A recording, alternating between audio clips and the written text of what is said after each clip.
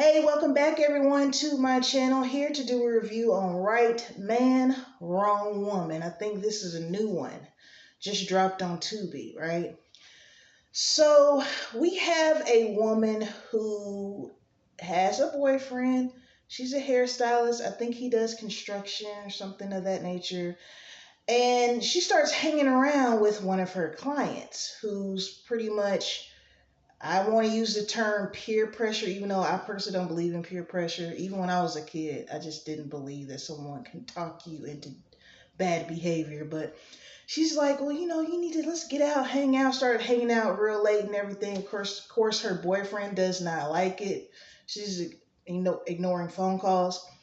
As I was watching this, I'm like, it's crazy how this woman went from I'm a stylist. I want to be, make my own money to cheating on her boyfriend with a dope dealer and spending up the money that her and her boyfriend had on clothes, shoes, bags, and all this stuff. So when you read what the movie is about on Tubi, right? It's saying, a man is with his girlfriend. He finds out she's manipulative, right? While watching this, I feel like the friend, the one that was, influencing her bad behavior, I feel like she could have had more screen time. And I feel like the girl was cheating on her boyfriend with should have had more screen time. It was really, we watched a lot of pretty much her being deceitful, her and her boyfriend going back and forth, right? Now, this is the part that tripped me out.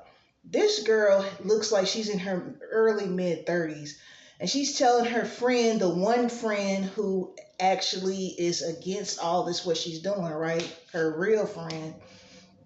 She's telling her, well, he's a dealer. He'll take care of me and all this. And it's like, girl, I feel like dating dope dealers are for like early 20s when you don't have a lot of relationship experience. You don't have a lot of experience with men.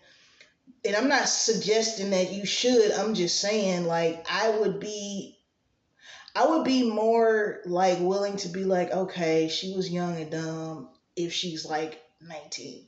Because like when I was 18, my first boyfriend was a dope dealer. Now he wasn't like a kingpin, we weren't on jets and all that. But when we were riding around one day and I saw some crack in the car, and I said, I can't ride with you anymore. And he got upset. We ended up breaking up not too long after that. But I was like, listen, I'm not one of them. I'm not doing it. And he did actually end up getting pulled over by the cops, and everybody that was in the car went to jail that night. So, but she's talking about he's gonna take care of me, blah blah blah. Like, when it comes to that kind of lifestyle, it's going to end either in jail or death eventually. Okay. So he ends up going to jail, and she does too, because he asked her, and like a dummy, she agreed to hide a bag, and he said, don't look inside. Like, who's not going to look inside? I think anybody that's ever been a drug mule probably has looked inside because you're curious, like, is it drugs? Is it buddy? Meanwhile, her real friend, is talking to her boyfriend about it, and he's like, dude, if she gonna get hers, don't worry about it. Now, the thing with the cheating, she was so flippant about it. Like, and I know people like that are like that in real life. Like, it's very matter of factly. Like, yeah, I'll see my little main dude. I mean, my side dude and my side chick, and then I'm gonna go home to my girl or my dude. And it's like, I guess some people can separate the two, but I'm like, you're cheating on this man. And here's the thing, he worked. She didn't like the fact that his parents had money and were able to help them out when they wanted or needed it. And it's like, you're acting like, I could see if he was just a straight up bum. Not saying that it would still be right to cheat, but I'm just saying I would be more understanding if he was a straight up bum and with no motivation, no drive, and he was just sitting around not trying to do nothing, all right? So he also has a friend, this guy who's a cop, and he's pretty much trying to be the voice of reason with him as well, right? So they both have someone to talk to about their situations. But she has not the manipulative, the bad influence ring or whatever. You're too old to be badly influenced. This is my opinion. So she ends up going to jail just like him. He blames it on her, and we find out that not only did he give her one bag, but he actually gave her two. She looked in both. She put the money up, and she put the drugs somewhere, and the cops were able to find that, right? She's crying, and to her boyfriend, the one that she was cheating on, was real nasty to, disrespectful as all hell. Now you want him to bail you out of jail and talking about you got this money stashed away. And of course he didn't do it, and I was hoping he didn't, because it's like, girl, I feel like, especially like nowadays, with social media, you see a lot of flash. You see a lot of people, okay, I got my Gucci, my Fendi, and everything. We're taking a trip to here, another trip here this week. Next week we're going to Cairo, Egypt.